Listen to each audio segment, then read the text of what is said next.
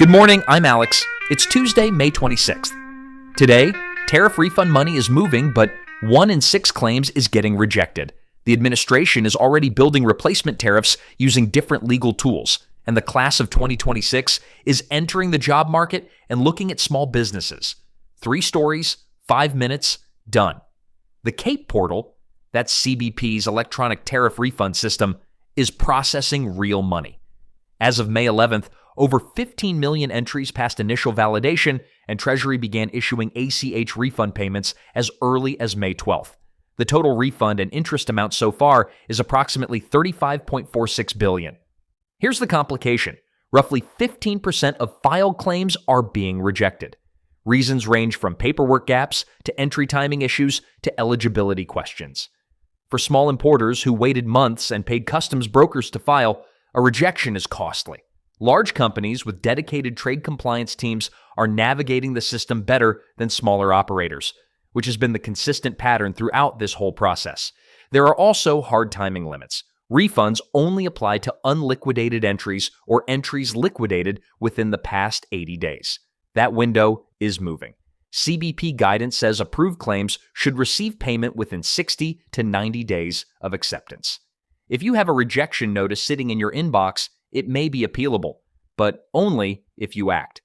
What to watch?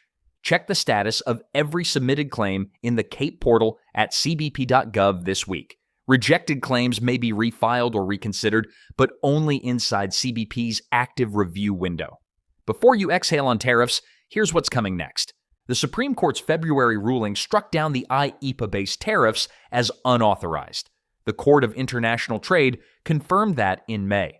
But the administration is actively constructing replacement tariffs under Section 232 and Section 301 authority, legal frameworks that have survived court challenges in the past and carry different justifications than the ones that were struck down. Section 232 covers national security grounds. Section 301 covers unfair trade practices from specific countries. Both can be implemented faster than IEEPA tariffs given existing legal precedent. The administration has signaled it intends to have replacement mechanisms in place before the refund process fully concludes. The current monthly tariff burden for the average small importer is about $11,400, nearly triple the $380 average from early 2024. Even if refunds come through for past payments, new tariffs under new authority could follow quickly. The businesses managing best right now are using the current legal limbo to renegotiate supplier contracts, build modest price buffers, and accelerate supply chain diversification, not to wait for certainty. What to watch? Monitor the Federal Register this week for Section 232 and Section 301 filings. New tariff actions can move from proposal to effective date quickly, and 30 days of lead time is far more useful than learning on implementation day. The class of 2026 is entering the job market right now, and there's a real opportunity for small business owners who are ready to hire.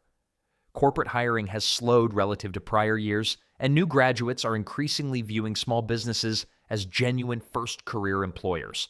Starting salaries at small businesses for new grads now average $65,734, up from $62,801 a year ago, and the gap versus corporate entry-level offers is narrowing. What small businesses offer that large employers cannot: faster responsibility, closer mentorship, and the chance to see how an entire business functions from the first month. For a generation of workers who watch big company layoffs cycle through their older siblings and parents, that pitch lands differently now. The practical hurdle is visibility. Most new graduates search on Indeed and Handshake. Handshake being the platform campus career centers actually push. If your job posting isn't there, you're not in the candidate's consideration set.